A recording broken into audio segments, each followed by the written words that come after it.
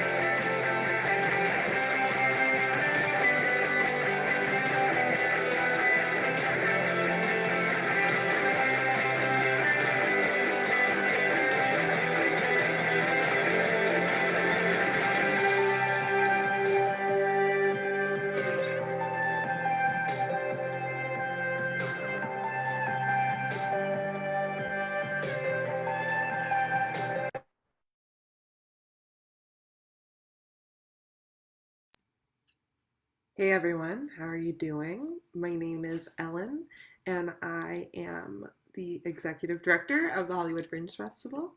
And I'm so excited to be here tonight with everyone talking about accessibility at the Fringe.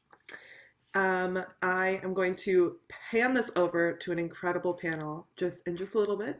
But first, I want to go through 1.5 million announcements about the upcoming Fringe. So bear with me. Let's see if I can get this done in 5 minutes or less. Um, I wanted to let everybody know in the Zoom room that this is being recorded and it's also being live streamed. However, your video should not show up on the live stream itself. It will probably not be the case. It never has been the case. But tech surprises me every day. So I'm going to be honest about that and say, beware. If everybody wouldn't mind renaming themselves with your first name and your pronouns, as well as your show, so that we can start to recognize you based on what you're producing at the Fringe this year. Upcoming events and dates to be aware of. This year, our town halls are hybrid, which are in person and live streamed. We did one already in February, which was town hall number 1, all about registration, and that is archived on our YouTube channel if you would like to see that one. And we will also be having another one coming up in April, and that will be in person as well as live streamed simultaneously. The rest of our events will be on Zoom and on Facebook Live. We have a couple workshops or panels coming up with amazing team members who have done Fringe before and know all of the expert tips and tricks to give people. So the upcoming workshops we have are marketing and ticketing on Sunday, March 13th, 12 to 2 p.m. and immersive at Fringe, Saturday, March 26th from 12 to 2 p.m. Again, office hours is back every night starting on March 30th through June 1st. We meet at different bars in Hollywood on Wednesday nights, 7 to 10 p.m. This is a space where you can meet other producers, collaborate on projects, and start to get to know the community that makes this Fringe so special. At each of these events, there will be drink specials as well as staff around to help introduce you to people and get you all familiar with each other as we move into this year's in-person Fringe. We also have 3 additional digital office hours to make the preseason more accessible to out-of-town Fringers and out of COVID consideration. And those are all in the amazing event blog, which will be dropped in the chat in just a little bit. Every single event from this year is in that blog, and it also includes a handy dandy calendar so that you can mark it. And then last but certainly not least, our membership program is open. I'm so excited to launch the membership program this year. It's a great way for people who are not doing a show this year to stay connected.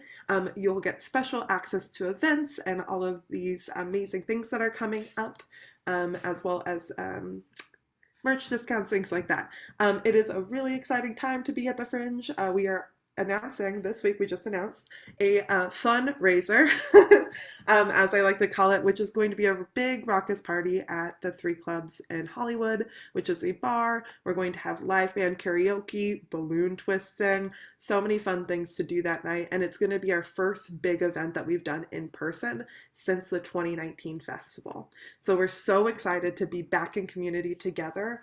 To attend that event, we are asking people to get a negative COVID test. Tickets are $25, and it will be just like a very, very fun night that we all get to be together in a very safe way. All right. Okay, couple ground rules, some housekeeping.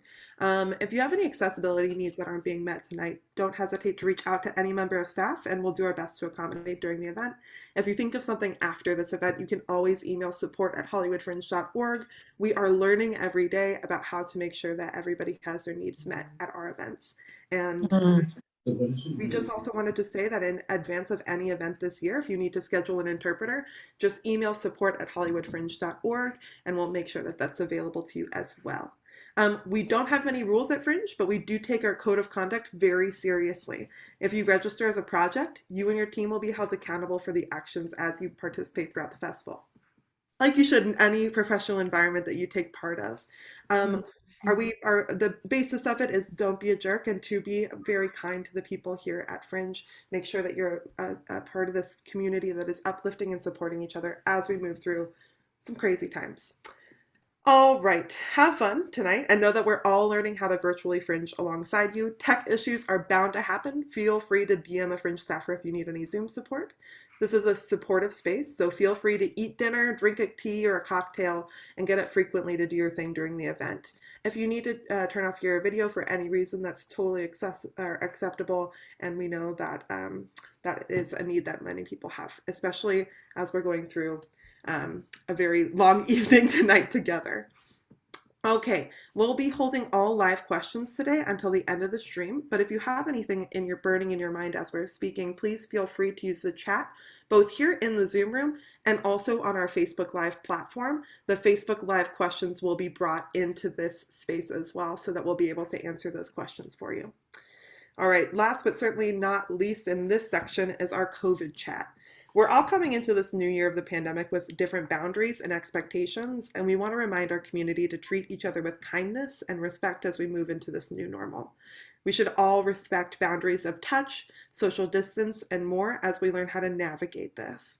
Our guidelines are clear for right now, but we know that that will be changing soon, especially as we just have these new guidelines that just came out through LA County this week. Know that we will not be making a call as to our audience guidelines until the April 18th deadline that we keep saying. We need to just get closer to Fringe to be able to make a call for audiences, and we think that by keeping ourselves accountable and thinking about this 1 week at a time, we'll be able to put together some guidelines that we don't have to change mid-festival. That way you can sell your tickets and not have any crazy things that happen due to COVID. Another thing is that I want to say that we're not here to make anybody feel like we have intense guidelines or anything like that. If you have any questions about how you fit within our guidelines, you can email support@hollywoodfringe.org and we'll help you navigate through that. There's a pathway for everybody to do Fringe, whether you're vaccinated, unvaccinated, or whatever your comfortability levels are. And working with your venue partner as well as the Fringe to make sure that you have the experience that you want is going to be really important. Last but certainly not least, the guidelines might loosen. You know, we have some incredibly tight guidelines we put together in February. We see that the county is definitely moving in a different direction. And as I said, we'll probably make a call for these next two events that we have before the June festival. And then our June requirements will go out later in April, just so that we can make sure that we're following every county guideline, the industry guidelines that are coming out for theater, and listening to our community, as I'm sure we'll be sending out some surveys and making sure that everybody's input is heard. All right, okay. Before we get started with our panelists, I have a couple, like 2 or 3 more things to say. Make sure you're signed up for Fringe emails. It's very important to do so. Follow us on social media, Twitter and Instagram, and like us on Facebook, and start to use that hashtag HFF22. That way we are all using our same marketing tag and seeing all of the amazing productions all in one place. We will promote that tag as well. So again, use the hashtag HFF22. Make sure you're following us and we'll be able to like each other. Email support@hollywoodfringe.org with any questions you have. It is like an amazing thing, that support system that we have. I'm so proud to have all of our questions answered so quickly and with so much care. So please email us if you have anything and we'll work our best to get back to you. All right, before I toss it over, I just want to do a quick poll to see how many of us are new and how many of us have done Fringe. So I'm going to launch a poll really quick. And you guys can let me know. Have you done Fringe before? Is this your first time? Have you done one Hollywood Fringe? Okay, somebody said it's their first time. Look, I love it. Somebody's done one Hollywood Fringe before. Another person's done 2 Hollywood Fringe. Oh, 3 people have done just one together. And I'm going to end the poll in 20 seconds. Woo! Okay, so we have 2 people who are here for the first time, a few people who have done Hollywood Fringe as a participant or crew member, and 1 person who's done more than 1 Hollywood Fringe as a participant crew member. Love it. I love to share that because it's so important for you to know that you're not alone doing Fringe. It's an important, this community is so giving to each other. And when you're in your first year, you can be like, Whoa, all of these people are talking and it's overwhelming. And know that we will support you through this process and it's going to be a fun time. I did not make this in 5 minutes. I'm so sorry. That was 10. But I'm going to actually pass it off right now. I'm going to add a spotlight and I'm going to ask our panelists to introduce themselves with your name, your pronouns, your visual description, and how long you've done Fringe before. Diana, do you want to jump in first? Hello, I'm Diana. Diana Elizabeth Jordan. I'm an actor, producer, creator. I'm a disabled Black woman. I have short, curly hair. I'm wearing a purple dress and a silver jacket. I have a very blurry background, so you don't see my messy apartment. I did Fringe a long time ago in like 2010, and then I did it last year. I was a diversity scholarship honor winner, and I'm honored with one. And I produced my one-woman show, Happily Ever After, one woman journey to find the true love. I produced it at the LGBT Center, and it got a couple national honors there, and I'm very, very happy to be here. I will not be producing, although I always open the act, and I'm just going to be here to support as much as I can, and I'll say more later. Love it. Spencer, do you want to go next? Sure. Hey, my name is Spencer. My pronouns are he, him, his. Visual description: I have short black hair. I'm Greek, so I'm a little bit more olive skinned. I've got, these are black and red glasses. Black over the earbuds. My beard's kind of coming in maybe like a week in, and I've got a I guess it's like a light green, if like a line was faded, that would be the color, I guess I would say it is. And then my wall is just like a beige. And for me, I've done Fringe since I think it was 18 is when I produced my first show, and then 2018. But my 2020 year, I did 5 shows. One as a producer, the other 4 I was just in. 10 out of 10 would recommend, or not. I mean, really, it's up to your comfort level. Last year was the first year I just acted in a show I didn't produce. I produced 18, 19, 20. This year I'm hoping to potentially do my show Blindish, but we'll see if I get it done in time. I love it. I love it. Let's see. Let's start taking bets on whether or not Spencer is going to finish. TL, do you want to go next? Sure. Hi, everyone. My name is T.L. Forsberg. It's my name sign. I'm wearing like thick glasses. My hair is blue. I'm wearing a black top with like polka dots all over it. And I'm beautiful. And what else can I say? Thank you. People are clapping for me. That's positive. In sign language, which is amazing. I did the Fringe Festival last year, my first time experience with the book that won't close, Confessions of a Love Addict, about my experience as a diverse member of the deaf culture. Positive, won an award. And I'm super passionate and happy to be here to support diversity and artists in general. Oh my gosh. I'm so excited to have this panel, first of all, because these are amazing people who we've been talking about doing this with, the 3 of you, for a little bit. And we've never, I don't think, been able to talk with just the 3 of you guys. And so exciting. I also realized I did not introduce myself. I'm Ellen. I'm the executive director of Fringe. My pronouns are she and they. I am a white woman with brown hair and bangs. I'm wearing a kind of mustard sweater. In the background, I have a checkerboard pattern that I have not finished painting on my wall, and a painting of some flowers as well. I am going to jump right in and talk a little bit. I'd like to jump in to talk about your Fringe and theater experience, how long you've been in theater, what roles have you taken, those types of things. Do we want to jump in with TL, I see that you're unmuted, so I'm gonna have to call on you. You asked about my general experience related to theater? Was that it? Okay. Well, I went to theater school in Canada and I was the only deaf or hard of hearing in my program. So I was lip reading the whole time.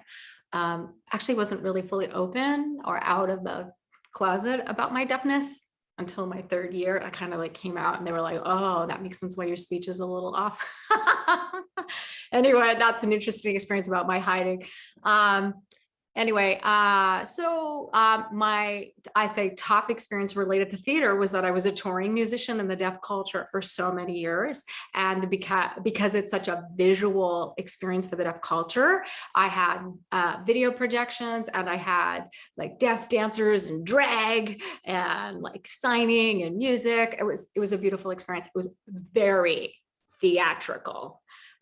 It was like a one-woman show. So by the time I arrived to create my show, I was ready. And people were like, how do you do that? I've been like creating that for like 4,000 people with specific needs for like 15 years. So I'm so grateful for the deaf culture and that experience.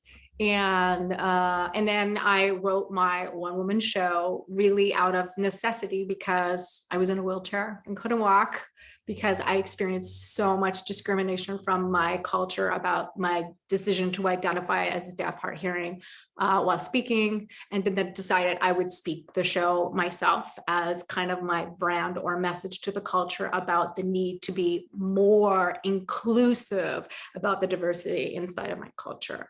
So, and I think that art and solo theater specifically is very powerful and transformational spiritually. Yeah. And I'm just grateful to be here. I'm grateful you're here too. I'm gonna pass it over to Diana. Hi.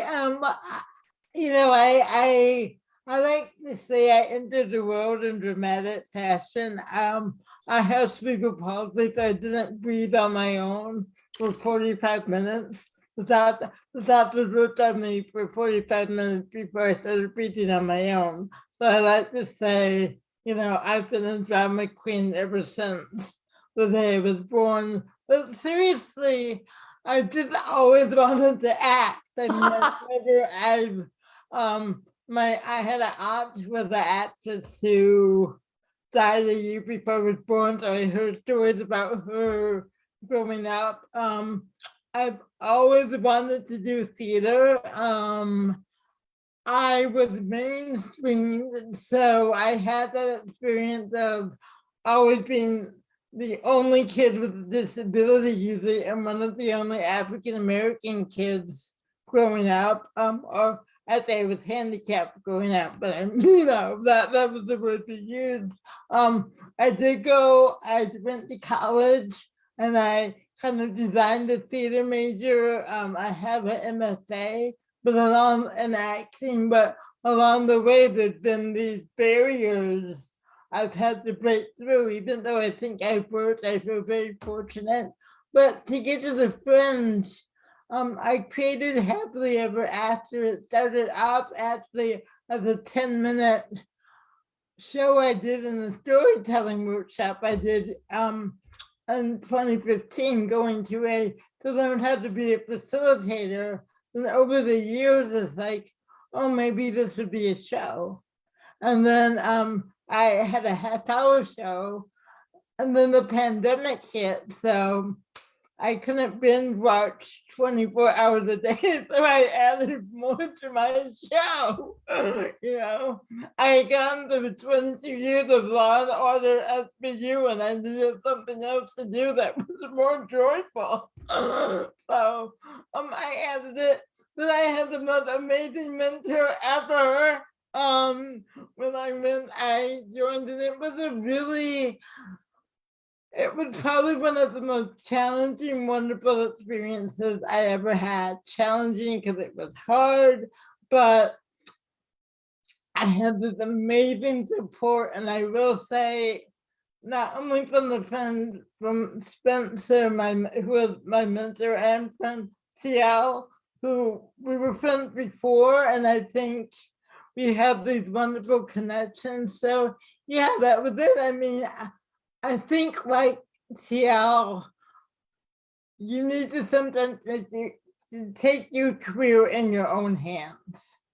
And the Fringe allows you to do, we're in this SAG Awards are coming up. All that stuff is really great, but we as artists have an opportunity to define our success and take it into our own hands. And the Fringe is one venue and opportunity that allows you to do that. I think it is super special to be able to take that and to have that freedom and to make these decisions. I agree. Spencer, do you want to go next? Sure. I don't know how I can top both of those responses because they were just absolutely wonderful, and here I am going third. No, but I agree with a lot of what Diana and TL have said about theater. I guess creating your own work and knowing that you're being able to speak through your own voice. I guess I'll go back to my theater experience to start. My theater experience, I grew up as doing theater. When I was 10, I found out I had Coates disease, so I had partial blindness, and I learned very quickly sports were not the number one thing on my priority list. And then I found a love of theater through that, and found out that I did mostly musical theater because a guy who can sing in theater, wow, in a small town, who would have thought?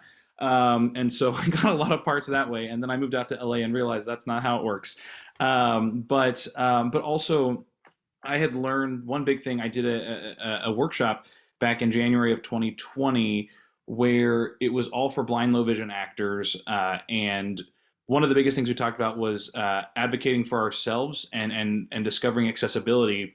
And when we had that conversation, I realized that for 20 plus years, I had already been advocating for myself without realizing it. And I think once I realized what I was doing, I was able to further embrace it. And I think that that's where, like, for me, theater ties in, is I'm able to embrace what makes me me. And, I'm coming from a lived perspective that's my own.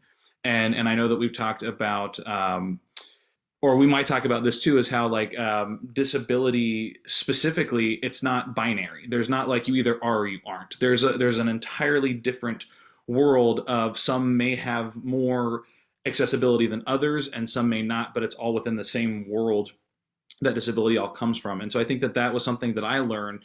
Was I always was like, especially in theater, I was like, I'm not disabled enough, but I'm also too disabled for this. And it was so hard for me to go, I don't know where I fit in. I guess I'll just do my own thing and just be my own person. And when I finally realized that, it took a lot of weight off for me and just allowed me to just live and play. And I keep hitting my desk because, again, I don't know how far I am from it.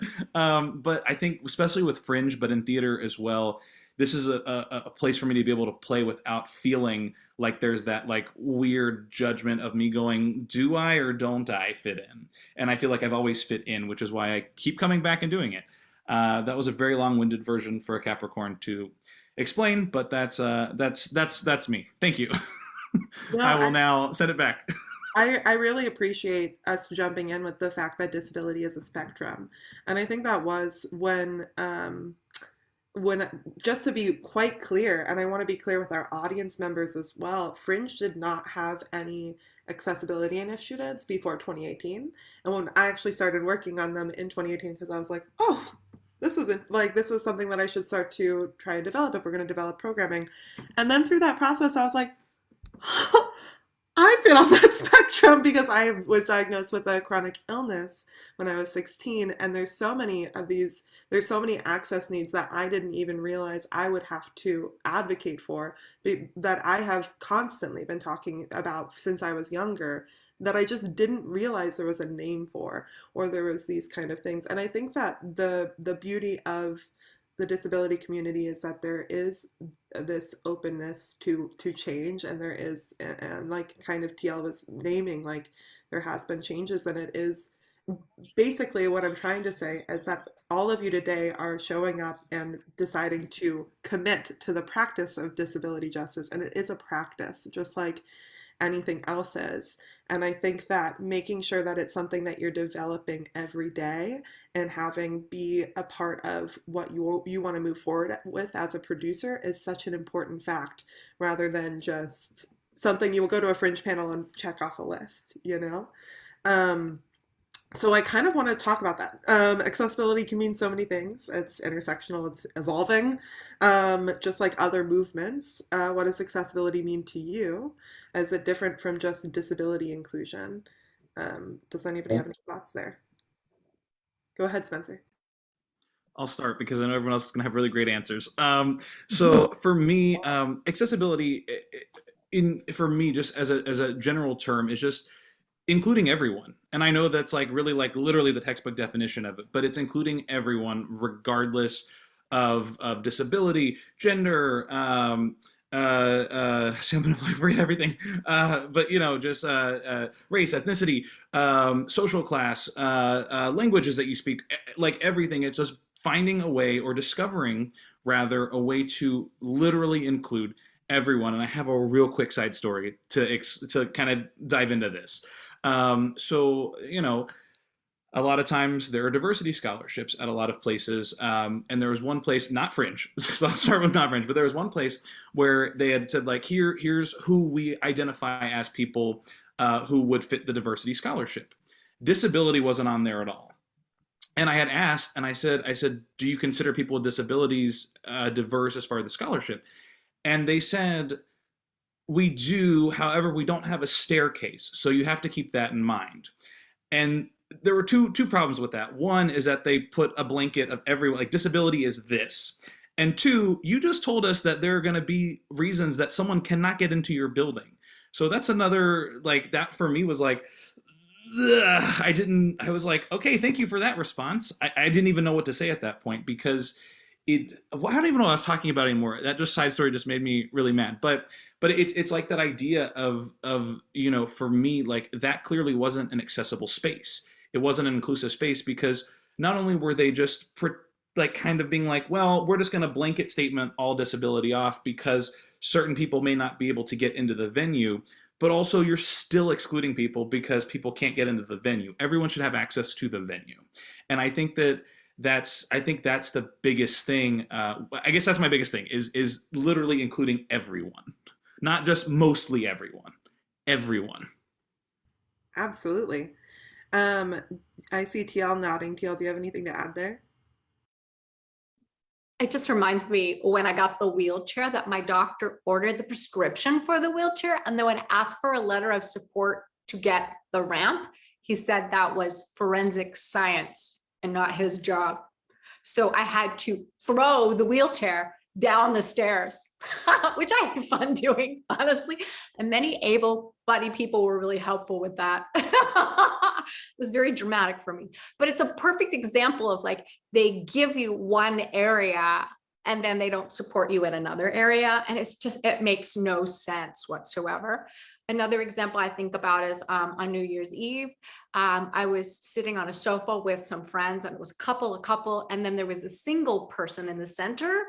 And I was very aware that he was alone, and we were all like kissy with each other at New Year's Eve. And I turned to him and I said, I recognize that you're alone here and your partner is not here. So what do you need to feel comfortable with this situation and to feel included? So for me, accessibility is really about being mindful of diverse experiences, including them, and just like, and being willing to have that conversation. He said, I appreciate that you said that to me, because no one would ever come up to me and say that, you know. So we all hugged on him and made him feel good, you know. It's just simple. It's like looking into the eye of another person and respecting them as a human first and foremost. And then we could have other conversations about the needs of communities, because they need to get caught up, you know. Absolutely. And there's a varying need too. I love that little topic that you brought up at the end, TL, is that there is a varying need among the spectrum, just like there is in any spectrum of there's, you know, and I think that that's important to note. Diana. Yeah, I like to say, because I know there's a lot of DEI committees, and DEI is the best term. You can't have DEI, you can't have diversity, equity, and inclusion, especially equity, if you're not thinking about access. Because without access, you can't do it. You have to DEIA. That's how it should always be. Because and equity and access, equity and not equality, and equity. There's a big difference, and those are very different words. And and I think, when we think about access, we think about wheelchair access. We may not think about your lighting and how your lighting might possibly trigger a seizure for somebody. How your noise, if there's sudden noise that you need to put a warning or something, are you thinking about someone who's diabetic who may need to eat in the theater during rehearsal? Because we really need to broaden what we found. Also, are you thinking about DEIA and your crew, right? Because I'll tell you, that also includes if you're doing a show that has a character with a disability that should be portrayed by an actor with that or a similar disability. I mean, are you that is, we call it crippling up in the community, and it's aligned with blackface. And that's the analogy I'm going to give. And also, not only that, in casting, that we're on DEIA, I'm an aunt, so I don't, in my real life, I play many different roles. So when you're thinking about inclusion, it's not only how you're expanding your audience, but how about your artists that are on stage? And another thing, costumes. I tell you, I've been in shows where people brought me these 3-inch heels, and I'm like, what do you want me to do with the heels? I hope you don't want me to wear them because I'll fall flat on my face. So there's all these things. And I'm gonna use this term. In the past 2 years, we've talked a lot about white privilege and becoming aware of white privilege. We do not talk as much about ability privilege. And I do survey, I have a tool and a workshop I do where I talk about ability privilege because I don't think we're as aware of how much ability privilege we have. And that's even with me as a person who has a disability. I have a lot of ability privilege because I do walk upstairs. I can walk up a flight of stairs. I'm aware that even the building my parents own that they bought, that they're certain friends I can't have over right now just because they bought the building and financially that's the reality. But the awareness of how much ability privilege we had, how much of, and the way we have systemic operating in terms of race, we have a lot of systemic ableism that we're not even aware of because we don't think of stairs necessarily as a barrier. And a lot of people don't think of stairs are the print. And so again, and this is not to demolish anyone, it's just to make you aware of what an ableist society we live in, and that we're all a product of, including myself. And I grew up in an ableist society, and that's a part of my DNA. But what I try and do is become more aware of it so I can start to break down those barriers myself, because I'm in process too. I mean, we're all in process, and I think it's important, guys, to remember, be on the journey to be in process. You don't have to get it right. I still don't, and this is what I do, and I still screw up, or I forget and go, oh, I forgot that. So this allows yourself to be in process in this journey.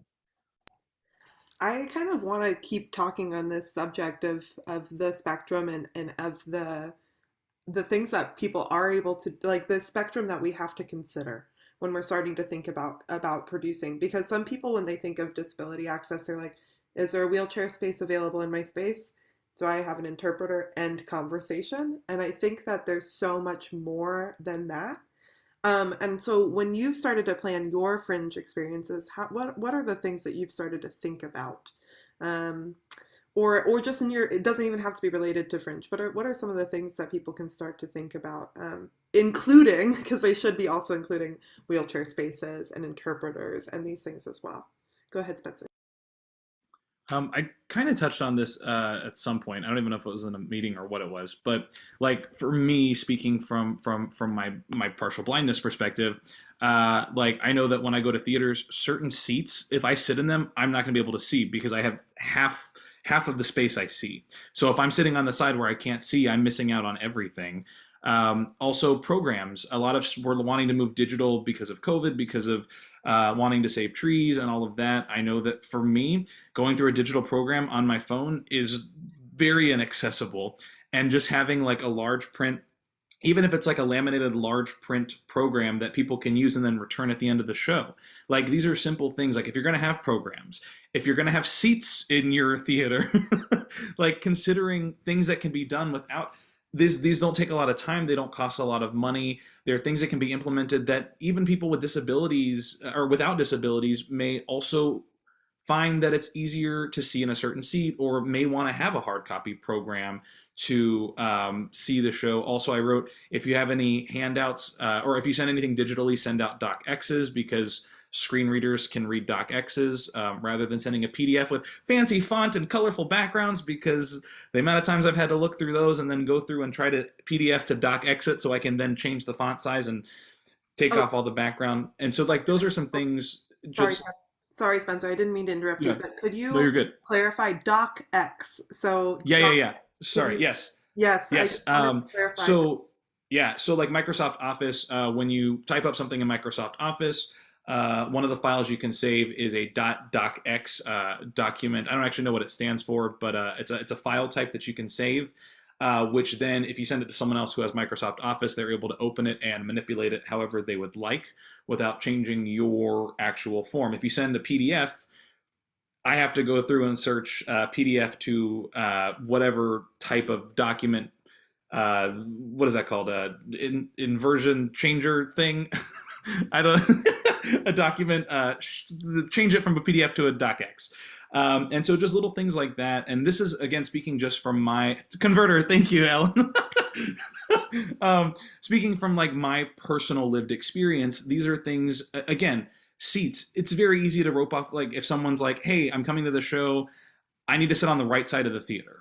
It's easy to just rope off a seat for that specific individual or that group or whatever the case may be, something like that. Again, these are very specific things, but I think knowing what's in your venue and knowing what you have access to in the immediacy and seeing how you can adjust that or shift that for more accessibility. But there's a lot, and I'm happy to give you more later on a separate conversation. Absolutely. Diana, do you have anything to add?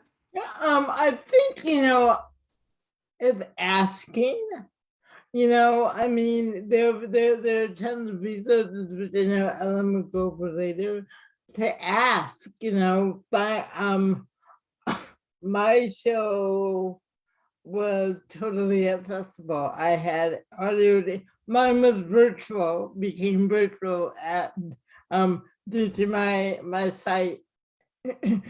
Mid show said mid rehearsal, like, oh, you can't have an in-person audience. That's a whole nother story. But I wanted audio description. I wanted sign language interpretation, and I made the decision that would be inclusive regardless of whether I had it or not. That was going to be my decision. That every show that might be more challenging. You might say, let me do 2 shows that would be ASL interpreted. I mean, I made that decision, and from the top, created a budget, and I had support and fundraising, so that could be a possibility. But it's even, I had and the dockets I didn't know about. See, I'm still learning. I just learned that from Spencer. One thing I did was in my PDF, I had a visual description. So, the typical, you have a picture of the artist or whatever. I had, except for my logo, which I overlooked, I had visual descriptions of all my of myself and all the other my crew and everything. So it has a little square, and then I'd have Black women, or white guy with dark hair. So I had an image description of everyone. But now I learned something that could have been a dark X, which would have made it easier to read. So again, it's being open to learning too, and realizing we are very diverse. So if I have questions about deaf or hard of hearing, I'm gonna email TL. Right? I'm not, I'm not, when I was in the space, I thought I was space happening. I had a friend who uses a wheelchair that I was going to ask to come with me to check out the space because I don't use a wheelchair. So it's about, those are things you can do too if you haven't been there, if you do have friends who have disabilities, maybe ask them to be part of your advisory team to say, someone, or you ask, hey, do you have a friend who uses a wheelchair who wouldn't mind helping me out? Because we're one out of every 4 or 5 people have a disability. So I bet in your network, you know someone, or you know someone who knows someone who you can just say, hey, I'll buy you lobster. Will you go to the theater with me, or Starbucks or whatever, would you mind doing this so I can make sure it's accessible? Because a lot of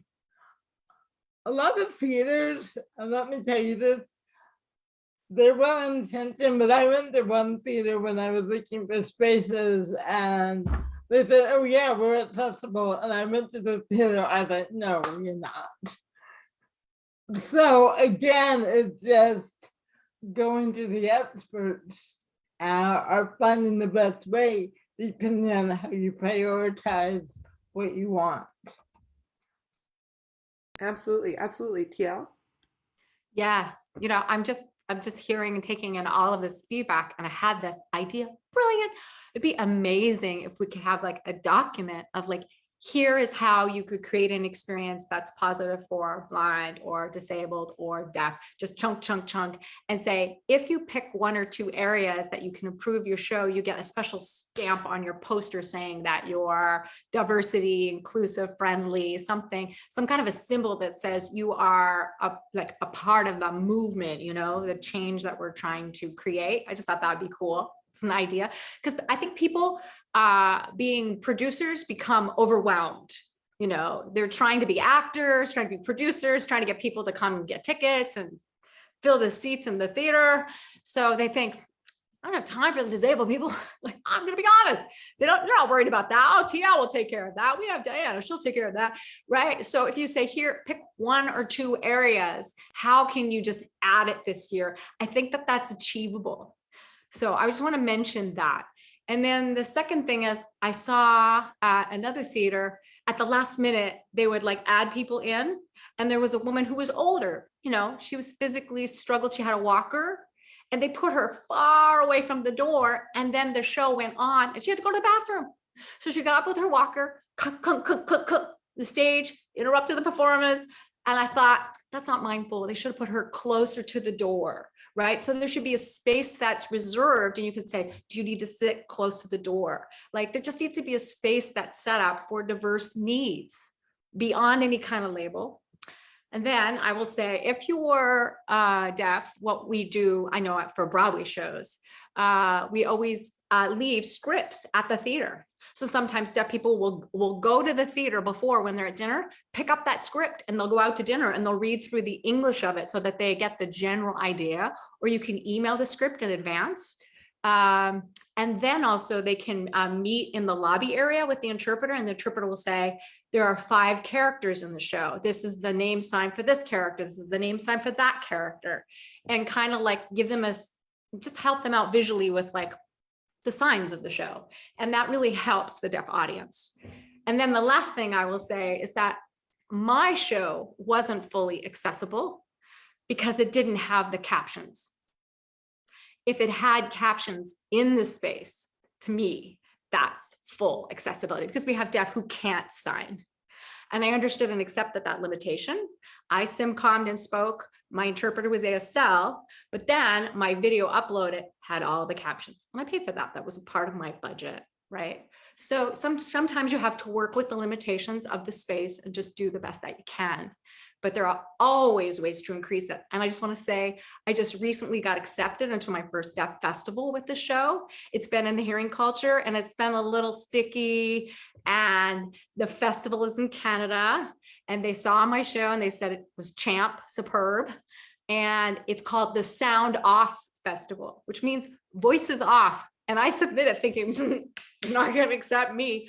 But because I had the captions, because I had the interpreter, they accepted my unique form. And for me, that's like, I am doing, I don't even know the sign, what's the English word for that? Radical rebellion inside of my own culture. I'm influencing change, but because I was inclusive on diverse levels. So that's just something to think about if you're trying to influence change inside of your own culture. Yeah, absolutely. What you just mentioned is perfect, because it was what I was going to do next, which I'm going to drop a couple of resources into the chat.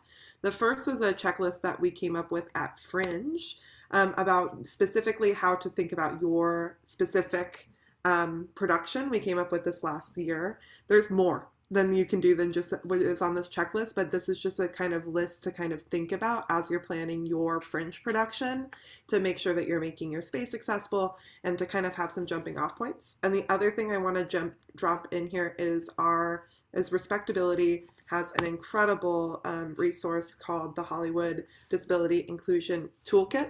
And that is very, very thorough and a beautiful resource that we have used to start our programming here at Fringe. And I think I just dropped them both in the chat. They'll both be dropped in Facebook as well. And I think those are 2 great resources to start to jump off with some of these thought processes. Fringe made a 5-year plan when we decided to start this process. We knew that things would not happen. All that we wanted to have happen wouldn't happen in our first year of creating access at our festival. And it is an evergreen plan that we plan to just keep forever. And every 5 years re-up. Right now we're actually re-upping with a brand new plan. So that will be for the next 3 years. So I think that being able to make these plans in advance is great, but I also love this idea that there's going to be roadblocks, and that doesn't mean you shouldn't try the other things, or make sure that you, just because you can't provide one point of accessibility doesn't mean you should give up on the other points. Spencer, your hand was up. Yeah, I think Diana's was up first, but I just wanted to double down on what TL and Ellen both said about it's not an all or nothing situation. Like, if you can do a couple things, you're already doing better than a few other people. Don't, Ellen, you put it beautifully, like, don't give up if you can only do one thing. Do that one thing. Do that one thing. And then next year do 2 things. Then the next year do 3 things, or as it goes on. So I just wanted to reiterate that, because I thought that was such a wonderful thing. It's not an all in if you can't do that. If you can, that's even better. But if you can't, take a couple things, whatever you can do with your budget, with your time, with your knowledge. So I just wanted to reiterate that. I'll pass it back to Diana. Yeah, and I double triple piggyback on both of them things. But I'll tell you honestly, when I was looking for an audio describer, I reached out to someone and they said, well, why don't you do it yourself? And I was like, you know what? For me, for this particular show, that was not And I do say we were in the cafeteria or whatever, but for me, they had to think about audio description when I wrote my show that I needed an audio describer. So I think it's also, what can I do? Maybe, and also expanding what you think a theater is, which I think the Fringe is really awesome about. I went to a show last week where the stage manager, my friend Maddie wrote it, and the stage manager was on stage reading the stage directions, and that was written into the show, and I thought, this would be brilliant for audio description. I don't think that was Maddie's intention. I think her intention was but when we do stage readings, we have a stage manager read the stage directions. Why can't you find a really unique way to incorporate stage directions being read into the show? I mean, the Fringe is all about expanding the box anyway. So why, those of you who are in the process of developing your shows right now, why not have the stage manager stand on, the stage directions, but out loud as part of the show, and what it does is it redefines what we think of as normal. I know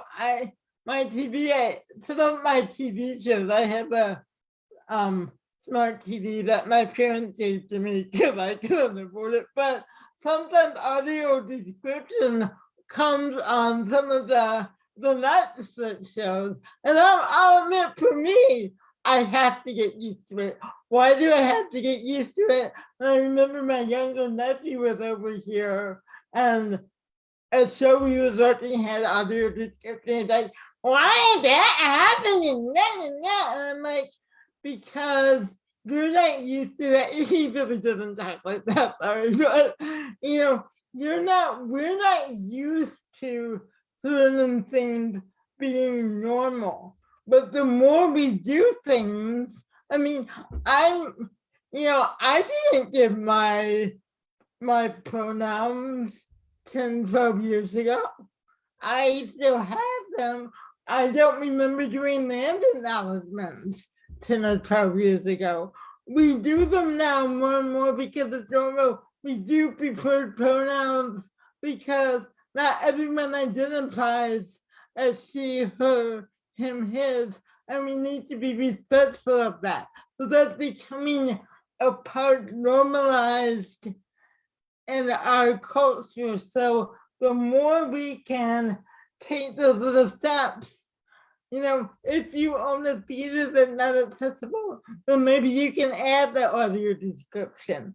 So again, how do we start to take those baby steps to normalize accessibility so it becomes just a part of what we do? I agree 100%. And it's almost one of those things where you think at Fringe, not everybody has a set designer, but that happens. And if you're thinking about having a set designer, you should also think about having interpreters or having these things if you're at that level of budget. And I think it's really important to kind of recognize that accessibility is so important because 1 in 4 people have a disability. It is so common for there to have so many it expands your audience. It's a good thing. Yes, Spencer, if you want to speak to that. And then I also saw TL. Yeah, I was just going to say, I also put it in the chat, but okay, 1/4 of people with disabilities. That is 25% of the population. That is 25% more people that can come see your show if it's accessible. I'm just going to throw that out there. You can have a bigger audience if your show's accessible. Absolutely. Just throwing that out there. TL, Yeah, I agree. I would just want to say, I think it's also important for this time period with COVID right now to kind of what I like to call it, which is to heal the wound of separation. Because right now the voices are very binary. They're very separate, like white, black, deaf. Here, it's just very loud, and we need to come together more. I'll give you an example. We had two deaf rappers, like hip hop guys, at the Super Bowl, and they were performing, and the deaf, we all kind of like watched, but we didn't have equal accessibility. We were required to download an app and pay for it so we could see it. And then hearing people could sit and watch it, didn't have to pay for it. And deaf people were like upset and mad. It's like, we have to pay for it again. It was just felt like this. And it just sort of like added more fire to like an old wound, So it's just something to be aware of. To just, I hope you understand what I'm trying to say. But yeah, it's like they tried, and then again, it was sort of off to the side and created an experience that was separate. And that can impact the community to feel less. And you never want that experience. Yeah, let's speak to that. And I think it's an important fact to bring up because we are saying like try. It is a practice and you are going to make mistakes during your journey. So I just want to say that to the people in this room.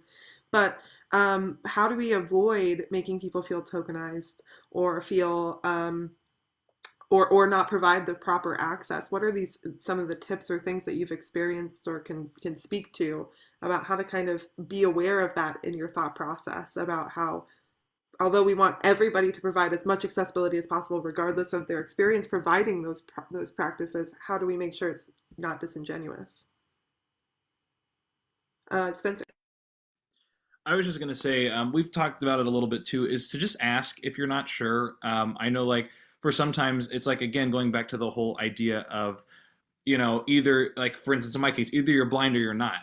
So someone's like, oh, audio description, that'll work for all people who are blind. Or a large print, that'll work, and it might not. But it's also a question of, are these all things that you can do pretty easily and accessibly, or do you need to talk to someone who may be someone who's really good with inclusion and accessibility and say, I know that I want to incorporate some kind of accessibility for X, Y, and Z, for the blind. Can I just do audio description? Should I just do a large print? What do you think? And just asking someone. A lot of people are really willing to answer those questions to help guide you in the right direction. And that's why I know that Fringe is also going to be giving out a lot of resources as well too. But my whole thing was, wow, I'm like so like all over the place. My whole thing was just asking if you're not sure, don't feel like you have to force yourself to feel like you're trying to figure out what someone else's lived experience is. Just ask. I want to go to Diana in just a second, but I want to say don't just ask your deaf friend about and like send a long thing, but there are resources out there that are literally there for educational purposes. Yep. And 100%. I think naming that is actually really important, that like Fringe is doing our best to provide resources for our producers, but we'll also provide resources to people you can pay for their time, and also free resources. So I think making sure that you're thinking about that is another thing that, you never want to take advantage of. And if you don't come at it disingenuously, then you're going to learn and have a beautiful pathway through. Diana. Yeah, I would say, I'm going to share something to it. And TL, I don't even know if I told you this. Tina and I run a panel for the LA Women's Theater a while back ago, and I had mentioned something about accessibility. They asked me about interpreter for TL. I'm like, you need to ask TL, and again, I don't think it was disingenuous. I was like, I don't know, but if you want to know about that, that's something that you need to ask TL, not me. Now, if I were doing a consulting, I do talk to my friends who are diverse on the so I may have a question. If I don't know, if I'm consulting, I would say, let me double check with a friend just to make sure I'm on the right path. But again, I agree with it's not disingenuous if you're not disingenuous. Does that make sense? If your why is I really want to be inclusive, and how do I go about this the best way? This is my budget, then it's not just disingenuous. If it's, ooh, I'm gonna get my stamp, and that's the only reason why. I remember, and this is really hurtful. I was told in graduate school the only reason I got in was because so they could get money for some type of diversity thing, and that's what someone told me. And I found out that wasn't true, and that guy was just being a jerk. So yes, it can help you to do it, but you need to do it because you want to do it. It has to be part of your why. And if your why as an artist is to have a show that is truly representative or represents images of what we look like, because you're not going to have every image because you'll have 5 million people on stage. But if your art is just to represent art, and you want that to represent what LA looks like, or a portion of what LA is, or a portion of the globe.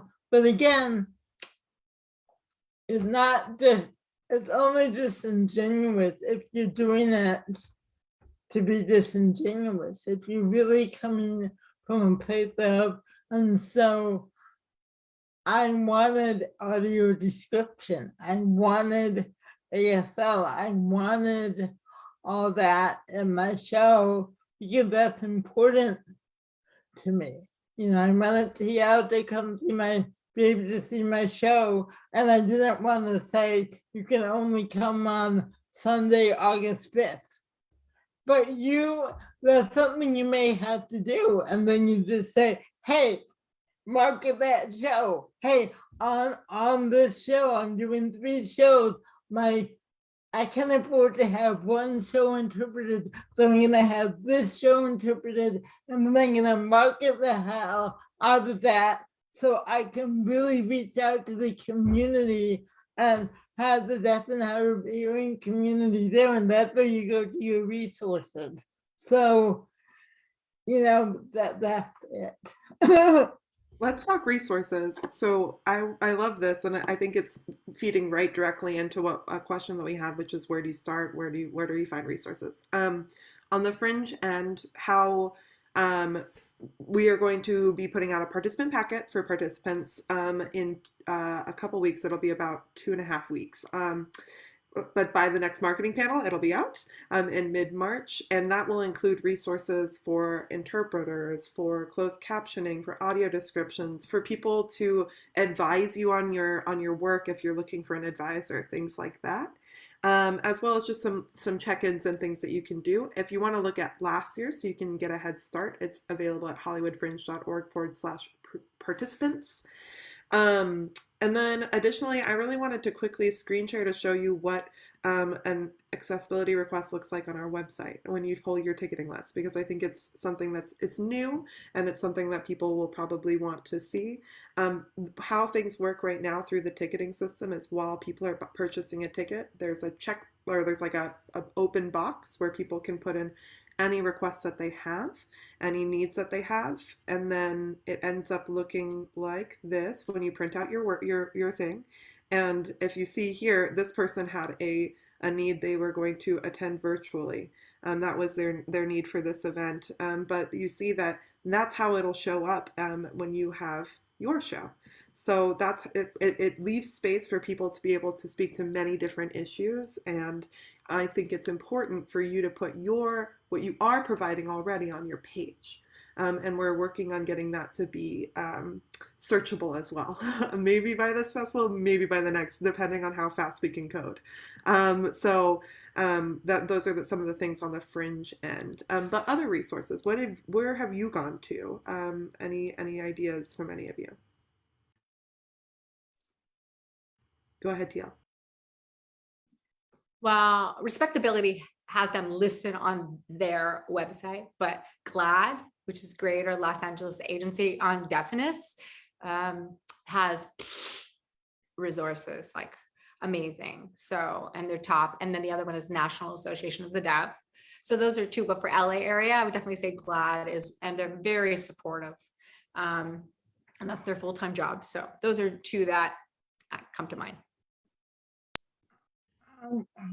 The Trojan Center for the Arts, the Arts and Disability Center, I don't think the office is open, but I think the resources are still up. And I do it too. I just put up my background of my Rainbow Butterfly Cafe. That's my composite little house with purple red. I do this volunteer professionally, you know. So I do offer myself as a resource. I serve on a lot of access committees. So it's a little bit weird to plug yourself on a panel, so I'm doing that very gingerly.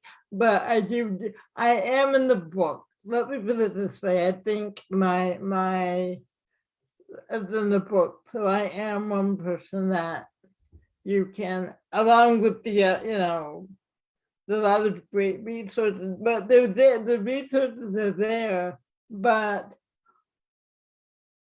one thing is that you need to look for them. I mean, that's the thing, you know, Google, whatever. I mean, there's resources available. Another thing, and I don't know if it's on there, but rev.com, if you're looking to have things captioned, when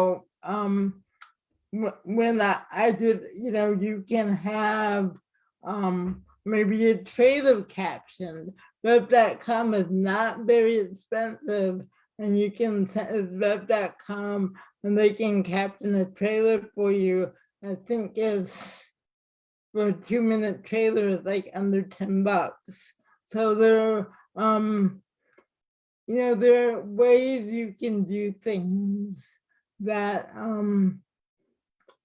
make it easier. And also I would say you need to, when you start your budget, that should be in from the beginning.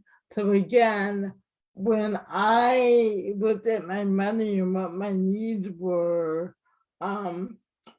accessibility was in my budget from the beginning. So it wasn't like, you know, my show opened in August and July 31st, I was like, oh my gosh, I had to pay for ASL interpretation.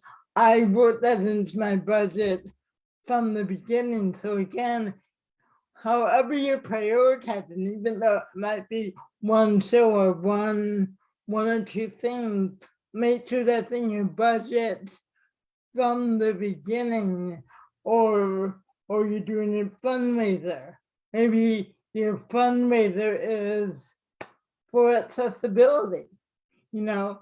So you're, again, how are you prioritizing, and how are you prioritizing how to financially support that? Anything additionally, Spencer, or? Yeah, I was just going to say, resource centers are great. As Diana mentioned, TL's mentioned some great ones as well. Because if you're not really sure, especially like a general resource center for disability, they will direct you to other resources that can better assist whatever you're looking for. But also, I just wanted to point out, when we talk about, you know, having, maybe you only can afford one show that's interpreted. Maybe you can afford one show that's interpreted, another show that's audio described. And so maybe you have one show, like this is a show I can afford for interpreting. This is the show I can afford for audio description. Maybe they're different shows, different performances, and then you can focus on one access need per performance. You're at least finding ways to incorporate and include those with access needs, maybe not all right at once, and maybe down the line you can incorporate all of these access needs into all the shows, but maybe just focus on one show, one access need at a time. And that's something else you can do, I think, to maybe keep it a little less overwhelming, especially if your budget is a lot less, but you want to still incorporate access into your shows. Yeah, I mean, I think taking it one step at a time, like we keep saying, is so great, and it is a great reminder that no matter where your budget size is at, or no matter where you're able to do what you're able to do at this moment, there is a space to do that. Does anybody have anything else before we pivot? TL, I think you had something, right? Well, I mean, I put it in the chat about the translation place that's available if you want to close caption your final video when you at the end to make it available up online. That's a good option. But also, I just want to say I noticed that some performers had hired interpreters and then they were disappointed that no deaf showed up. So it's just good to kind of let go of those expectations because deaf have the right to go or not go, the same as a hearing person, right? So just consider it like good karma, a donation to the world, positive equality, and hopefully that the message will spread. Oh, that's available, that's open, and promote yourself. There was one person he didn't really promote, and so because it can be expensive to have interpreters, but it's worth it. But and I kind of want to piggyback on what TL said. That's what I'm talking about, normalizing. If we normalize that having interpreters, I will be honest, I have, with the exception of TL, I have no idea, and censor, I have no idea if people use audio description or interpreted, because I don't. I did let people know, but I have no idea because I have so much going on, and I did reach out to one friend, so I really don't know if the audio description was used.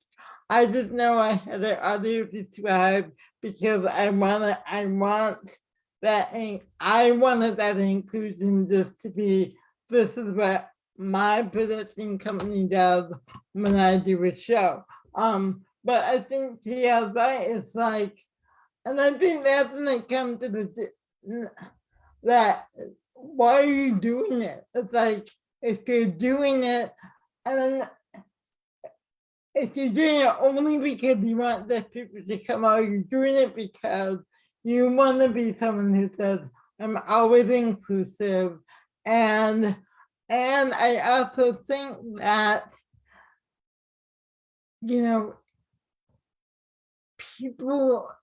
people are used to being excluded a lot. So, I think that if, well, why didn't the deaf community come? Well, did you really reach out to resources in the deaf community to say, come to my show? That's when, again, that's when your marketing goes, okay, on June 3rd, we're having an interpreter. So my marketing people, I need you to reach out, how can we reach out and make sure, the people know about that? That doesn't necessarily mean they're gonna come, but again, that's all part of your plan to market the communities and resources to let them know. And then again, they have a choice, right? TL is right on. People still, maybe no one wants to see a show about Charlie Brown being naked, if that's what your show's about, but at least they're interpreted and you're reaching out, and then they can make a choice if they want to see Charlie Brown naked or whatever your show's about, right? But you're just making that choice to, not that you're doing that show, but my point is, all you can, it's like an audition. All you can do is your best, and then leave the rest up to whatever you believe in and hope. And like any other audience, do you get mad at? Are you upset when everyone in the hearing audience doesn't come to your show? So why would you be upset? It's the same. I mean, are you offended then? No. So Yeah. I'm gonna shut up now. No, I'm here for it. Honestly, I could listen to you all day, Diana, because I feel it. Oh, please don't ever tell me that. I will not be opening tomorrow. I'm here for it. I think it's really great to be able to speak super open and honestly about this because it is there's that term like build it and people will come, but you have to build it first. And it's going to be a process to understand that it's going to take a while of outreach before you get the result that you want, just like any practice. And it is practice. It's an important practice that should be normalized almost like a required practice, but it's one that is not necessarily easily supported through the way our society runs, especially, we all work in the arts. We all know how funding works. We all know that accessibility is underfunded. We know that these things are not easy. And so I really appreciate everybody taking this journey with us today and we can advocate better together, I want to pivot a little bit, but it's in the same vein. I wanted to talk a little bit about COVID because we're going through a time during this pandemic where ableism is really on the rise, even through language that's being spoken through government or through things that are happening. How do we keep our theater community and our spaces accessible as we move into a place where people have to make more personal choices rather than government mandated ones? How do we deal with this tail end of the pandemic where things are still kind of on the rise, yet we don't necessarily have the same precautions in place? I'm sorry, Ellen, I don't understand your question.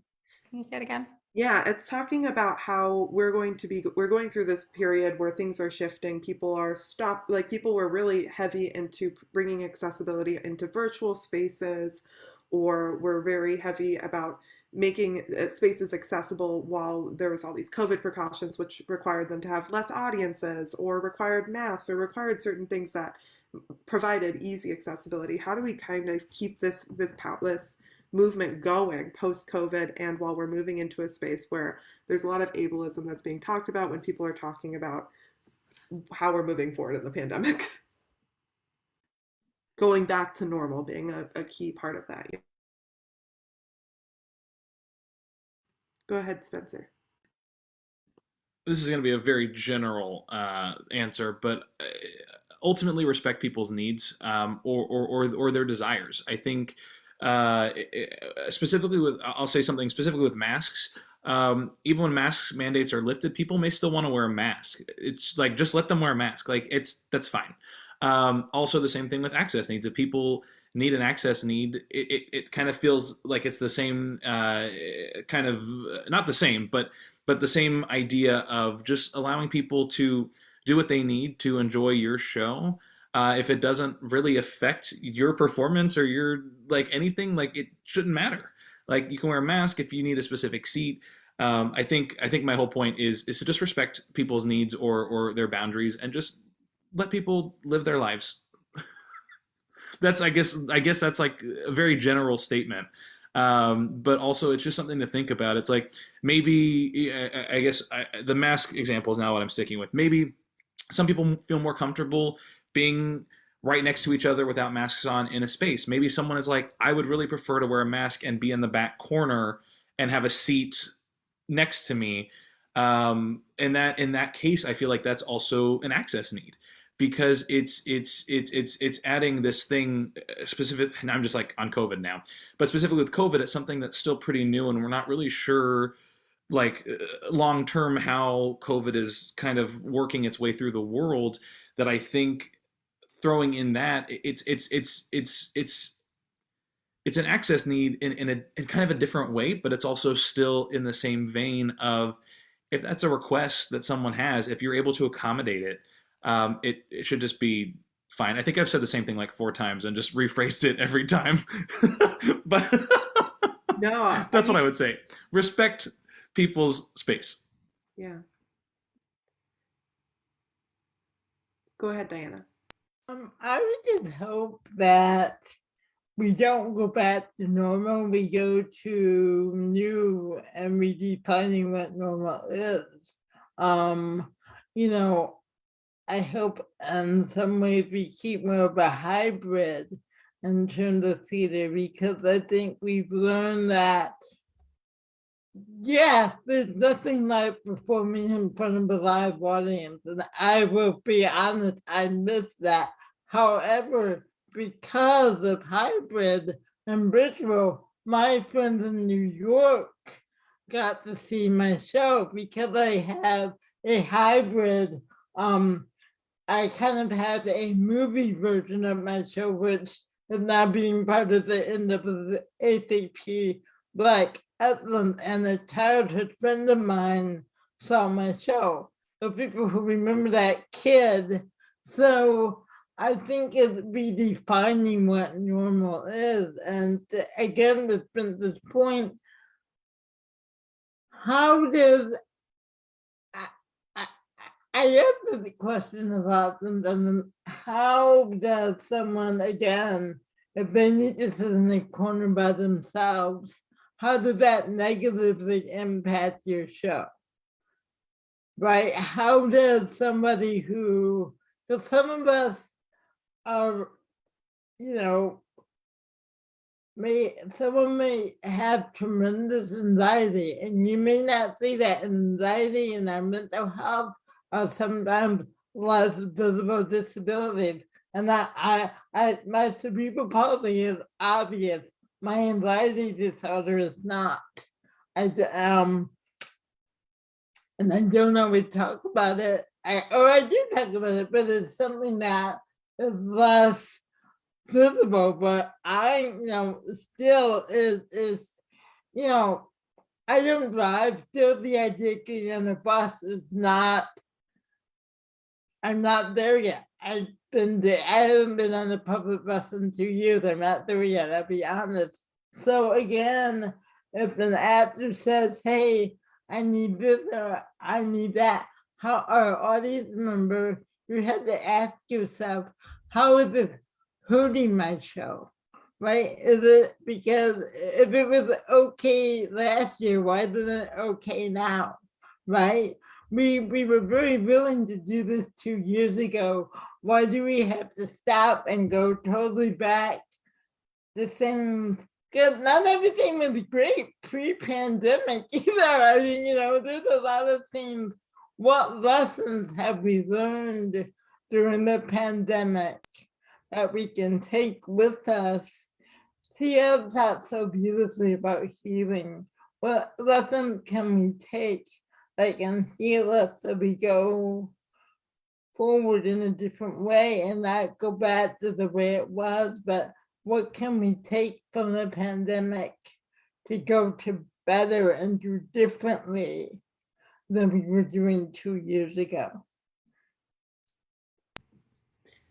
TL, do you have anything to add or? Sure do. Thank you, Deanna and Spencer. I love what you both said. I think one of the superpowers I have now as a member of the special needs camp is that I have extra, I have more because I've had to overcome limitations or stigmatisms about who I am, and it's forced me to claim and empower myself. And now I think as a disability or diverse community, we get to model that for the world, who are very separate with masks, not masks, backs, not backs. Just, it's so loud. It's a very hearing word, but it applies. It's very aggressive. And I think that we get to show them that. So if people need that space to be 6 feet apart, or they want to wear a mask, up to you, respect. It's about respecting diverse needs beyond any label. So I think that we're doing a great job.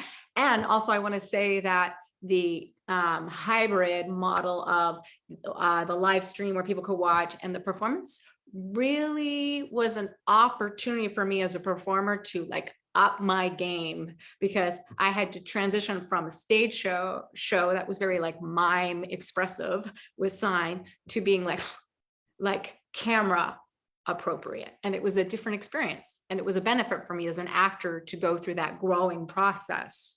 So, I mean, I guess my general message is trust that whatever's happening in the world is a benefit and serving all of us on the higher level.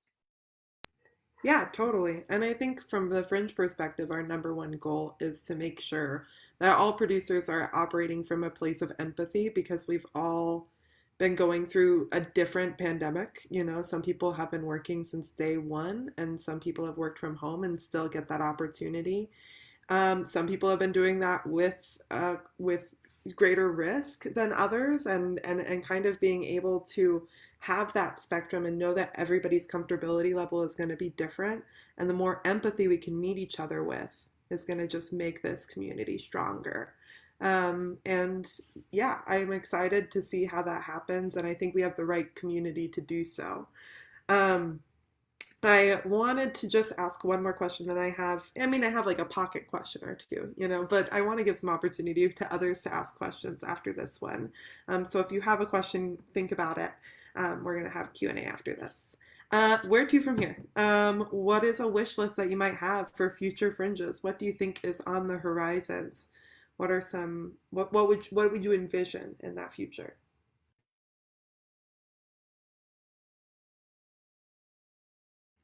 Yeah, go ahead, Spencer. I'm like in like teacher mode as I just always raising my hand. I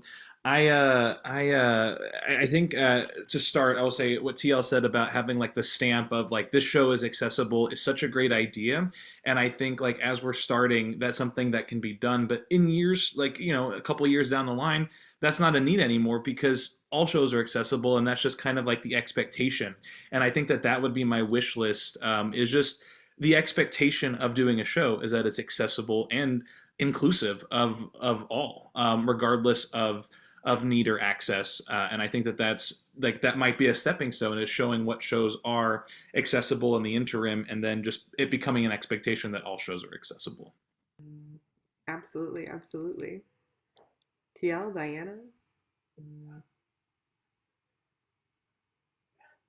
Yeah, and to kind of piggyback, maybe going with program, symbols, wheelchair, whatever those symbols are, so you know how it is accessible. Because, like we were saying, you may be able to only do one or two things, especially with buildings, because buildings right now, if you're looking to rent the space, but again, that they have in the Fringe program what the accessibility needs are, accommodations are.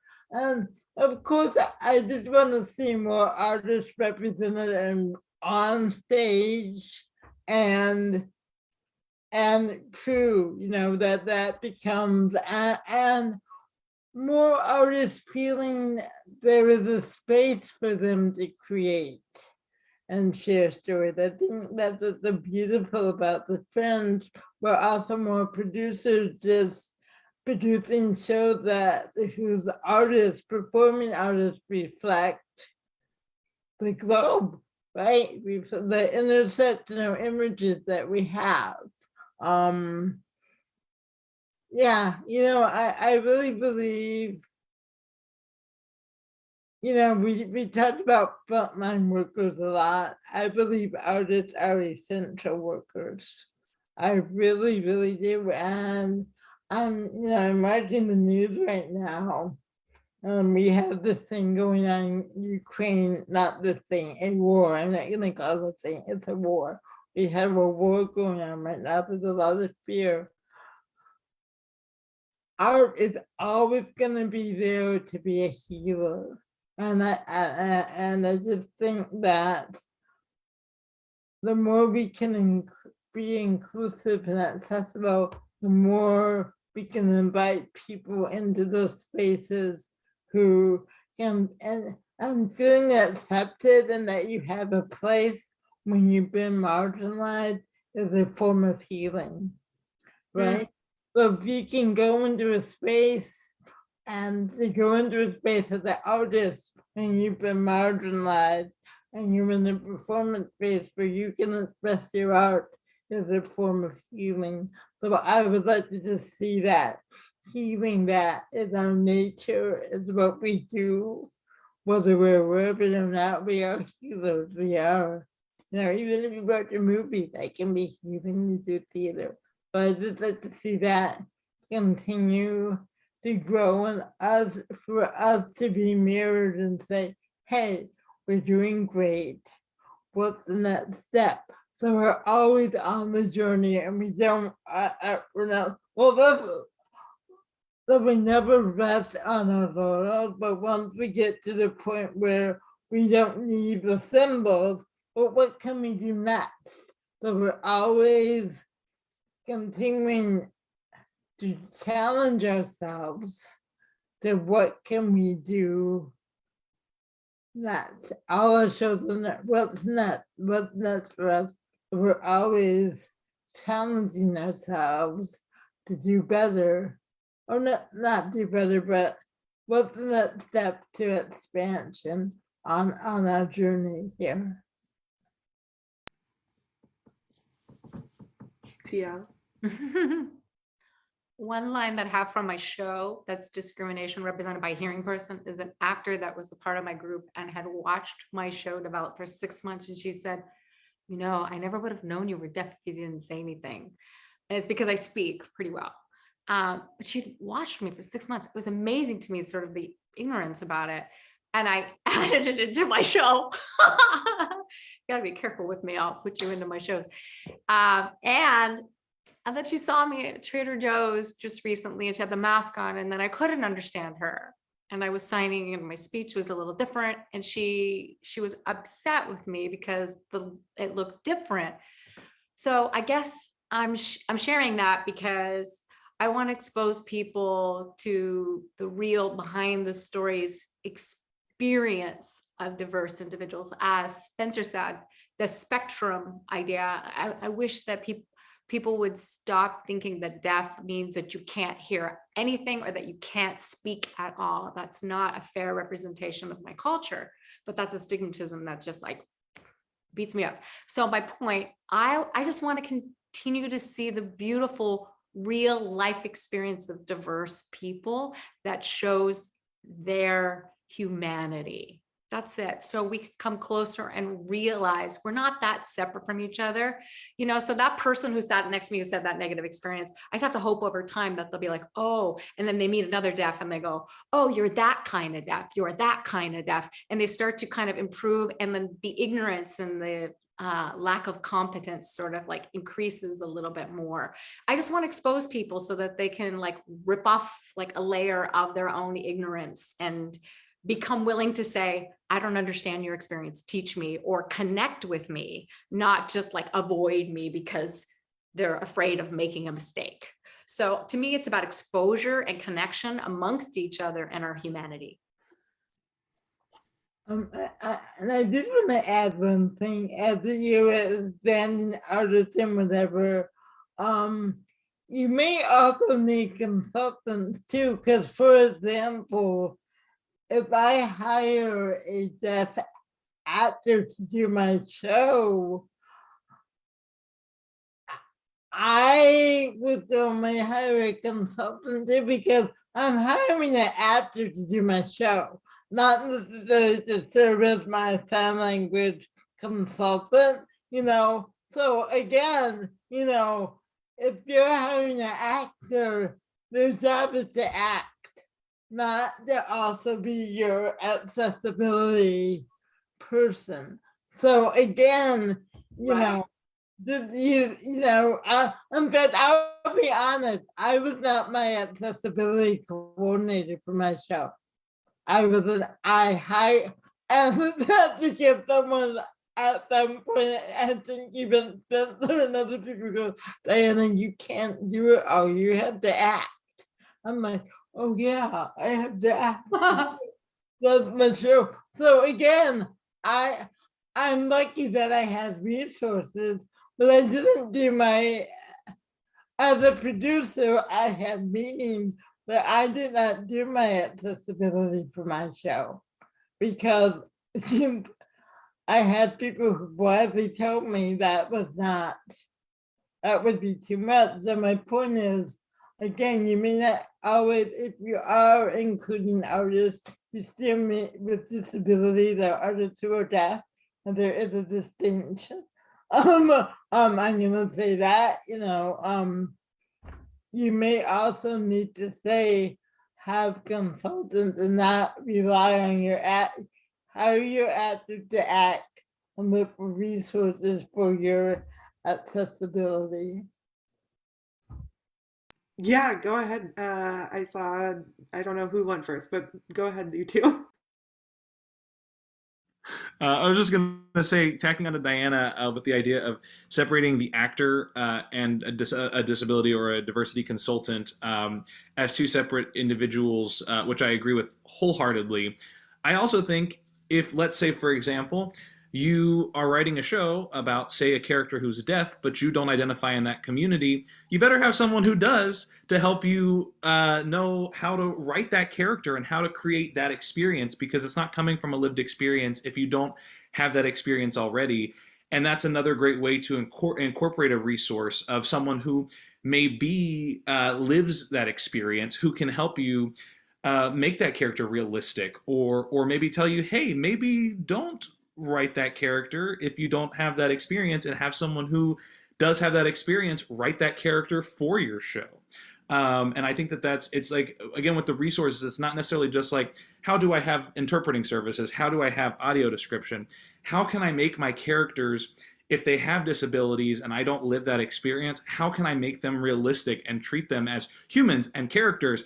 Because believe it or not, people with disabilities also love, they cry, they laugh, they grocery shop. Like these are things that we do. Have sex. Yeah. Oh, yes. From your show, I know that, and I know that from a lot of people. But the idea is just, if you don't have that lived experience, hire someone who does to help you write that story and tell that story.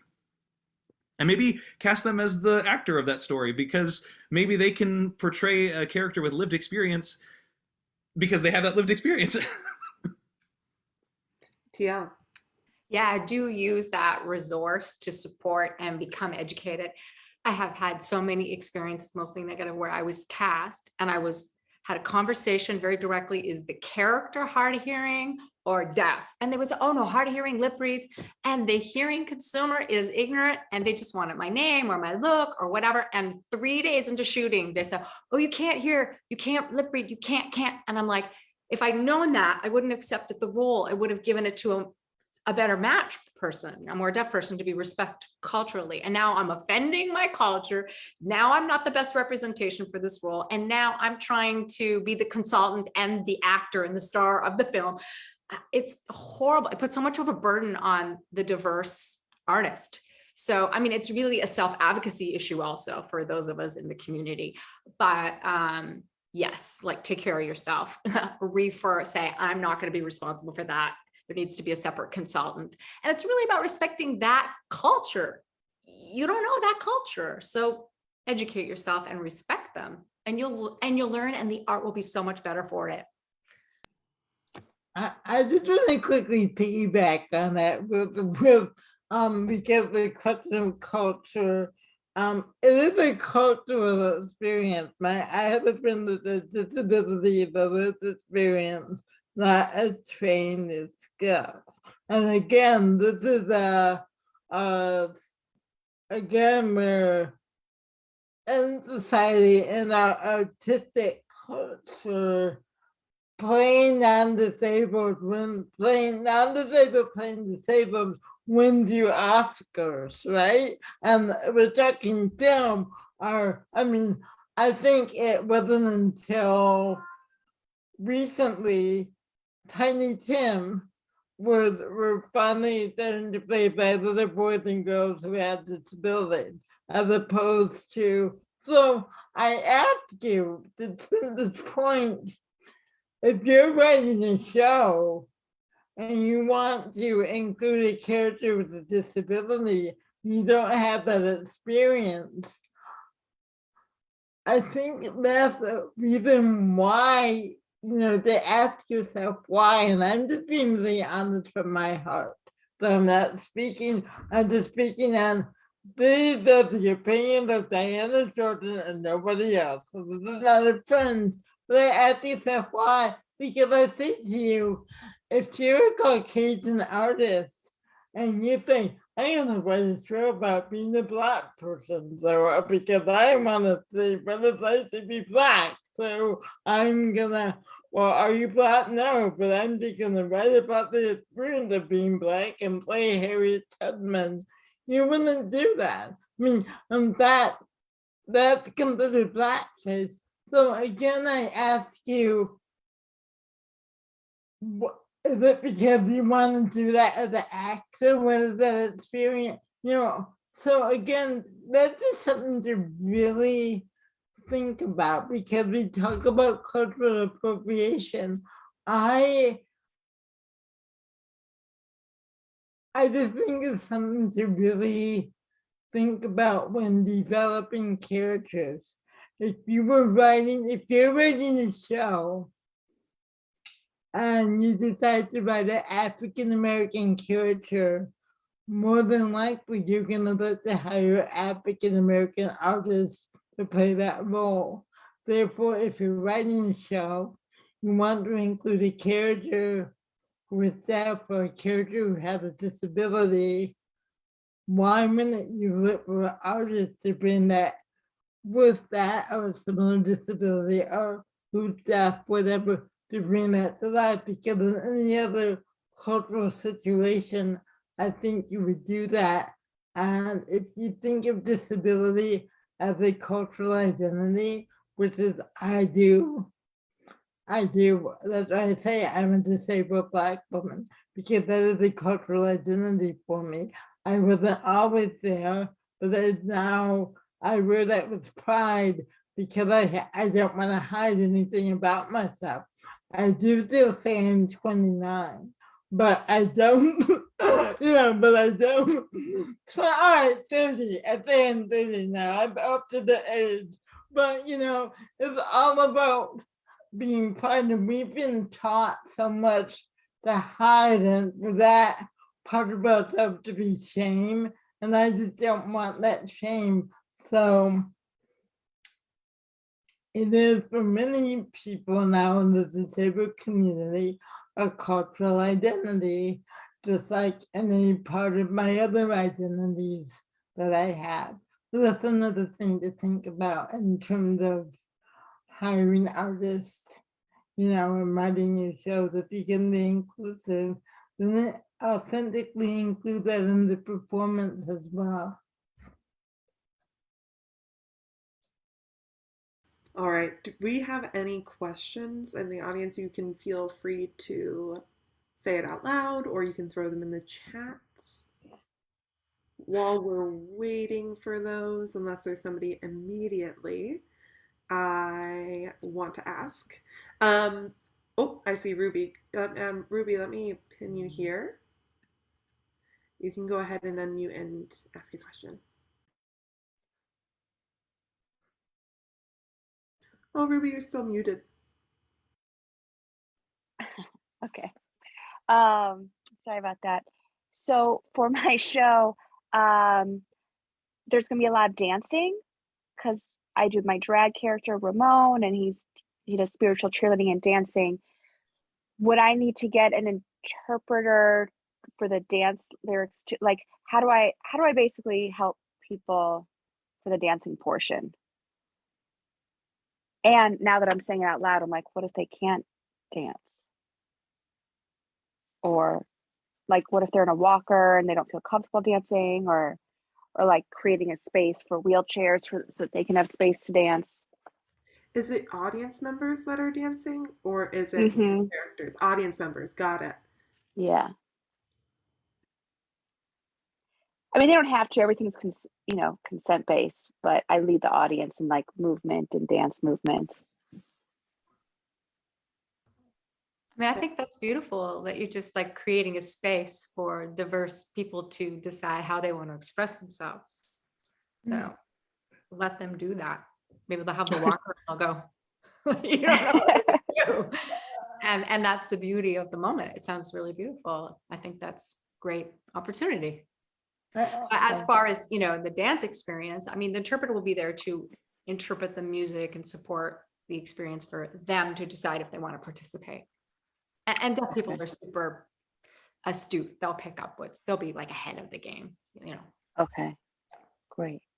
Thanks. I have to think of thinking language. So, for example, if you say, "All right, everyone, we're gonna jump up and do, everyone's gonna leap like this and leap like that," and I'm not saying that you say that, but if you say, "Get up and move with me," that I think is how you word it. If you say move, however you can, we're gonna move. Let the music move you. However, if you are inclusive in your movement language, so let the music move you however it moves you.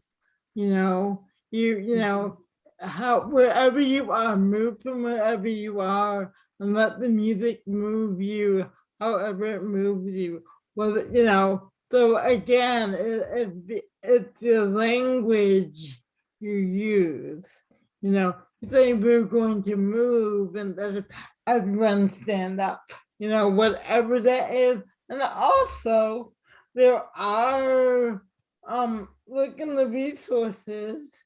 There are diverse dance companies in LA. So maybe talk to someone and say, because I'm not a dancer, so I'm just kind of giving you general, but that's another thing where you go to resources. There are wheelchair dance companies that have dancers who use wheelchairs. So I know there are companies that have there are companies that have that are diverse dance companies. But that might be a research. Go on YouTube. See if there's things on YouTube that diverse dance company. That I know the Joffrey Ballet in Chicago just had their Nutcracker this past holiday, had two little girls who used wheelchairs who danced in the Nutcracker. And it was so cool because they had them in their wheelchairs that were used in that part of the 19th century. So again, that's where Infinity Soul, that's right, I couldn't think of it. So use those resources and say, hey, I'm doing this show. How do I do this? And don't, my best advice would be don't be afraid. Don't make it perfect, be in process. Does that make sense? Because we put a lot of pressure. Oh my God, what if I do the wrong thing? Oh my God, I've run out of allies forever. No, just your heart is in the right place. And that's how you can do. Does that make sense? Yes. Thank you. And do you all think like if some songs are in Spanish, I should probably give the English translation to the interpreter ahead of time, right? If they don't hear the English, or should I make sure my interpreter speaks English and Spanish? I mean, having a bilingual interpreter is a little more expensive and more complicated. I would just give the English for them beforehand. The script available for them to prepare beforehand. Got it. Yeah. I just wanted to jump in. Yeah. With the idea that dance is a visual experience. And so I think Diana and TL hit it really nicely with the use of language and like using words like movement and experience, because someone who's blind is going to experience dance in a completely different way than a person who's sighted. And so even if you're like, if I hear music and you say, move along, I may not know necessarily what's happening on stage. So if you're like, it's like, oh, whatever your character is, it's my favorite dance time. Like if you literally just say what's happening and then do like, feel free to, if you would like, move along, experience this with me, give people permission, but don't expect them to. And I think that kind of TL and Diana said that in a way as well. That was much more graceful than the way I just threw out words with my hands. But I think that allowing the invitation without requiring an RSVP is the way to make it inclusive and accessible. Mm-hmm. And the last thing, if my show is heavily improvised, like I have beats, but it's based on audience participation, how do I best prepare the interpreter for that? I have an improv section in my show, which is mostly a lot of swearing, or I force the interpreter to say all of the dirty words. It's really a fun moment. And you could just show that in the script. It's an improv, and interpreters are trained and they're skilled to realize they're doing it now. They don't have the words now, and they're listening and Right. taking it and processing it. That's part of their skill and their craft. So the script will help and give them the tone and the quality of the show, and then you just trust and give it to them. And I would also recommend in TL, I invite you to agree or disagree, invite your interpreters that budget to come to a rehearsal or two. So they're not just showing up at 2:00 on Sunday, but if you invite them to rehearse it even in the improv, so because I love improv, to say, okay, they know ahead of time, because their interpreter should get the script ahead of time. I mean, when I worked with my interpreters, I had a Zoom meeting where we went through the whole show. They were sent the script ahead of time, so you can have this part will be improv based on suggestions from the audience, or I have a lot of audience participation that's already in a document that the interpreter, isn't receiving at 1:30 for a 2:00 show, but receiving 2 or 3 weeks ahead of time, so that he or she is aware of everything. Though again, that's part of that, your pre-production preparation. Oh, I had to get a script to whoever my interpreter is, because I mean that's what that's what I did. I had a script I sent out to my interpreter as soon as I hired them, so we could go and meet with them, so you could go through it. Again, that's the expense, but you work that into your budget at the beginning of, that's part of your budget that you try and work in. Mm-hmm. And for the audio description, do I have somebody else for that too, or? As far as audio description, there's different ways you can do it, and this can go for any show really. You can have an actual person who's there that's audio describing, and it can be near whoever requests that, or you can do a pre-recording and have earbuds or headphones or a recording, or you know what, if you want to just make it inclusive entirely, just have an audio description for the show. Just have everyone listen to the audio description as the show's going on. And that's another option that you can do. It may be a big jump into that world, but there's multiple options. And again, the resources that the Fringe packet will have are going to have some places to take a look for audio description. And you can also ask, like, this is my show. This is what I'm thinking about doing. What are your suggestions for how to incorporate this into my show? And they'll be really good about giving you the specifics that you need to help you succeed in audio description. Thank you. Thank you, everyone. I kind of want to piggyback. One thing that's really cool about the Fringe is the nature of the Fringe doesn't allow for a lot of elaborate sets. You don't get to build an entire showboat when you're doing showboat, because especially as we're going back to more how it was before, you have to be in and out in an hour. So you may not be able to build a big set. Therefore, you may have your episode as we're on the river, and therefore they're incorporating that that description into a show, that is another option to think about, because that's what we do anyway. I mean, we just spend our, we can have we can have a blank box set, and all of a sudden we're on a farm, and we know we're on the farm because we have to say, well, we're going out in the cornfield today, and no one sees the cornfield because you don't have the cornfield on. I mean, it's our imagination that feels like cornfield, not that you actually have a cornfield.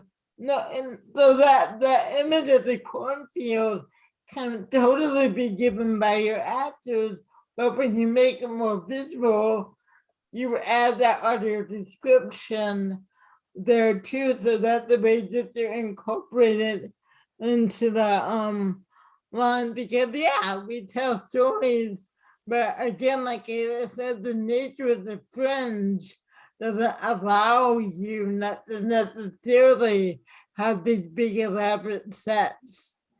Yeah. Anyway, so it allows you to incorporate that in different ways.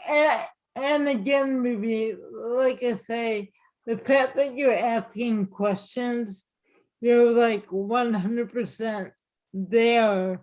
Therefore, you will figure it out. But again, allow yourself to be in process and not perfection.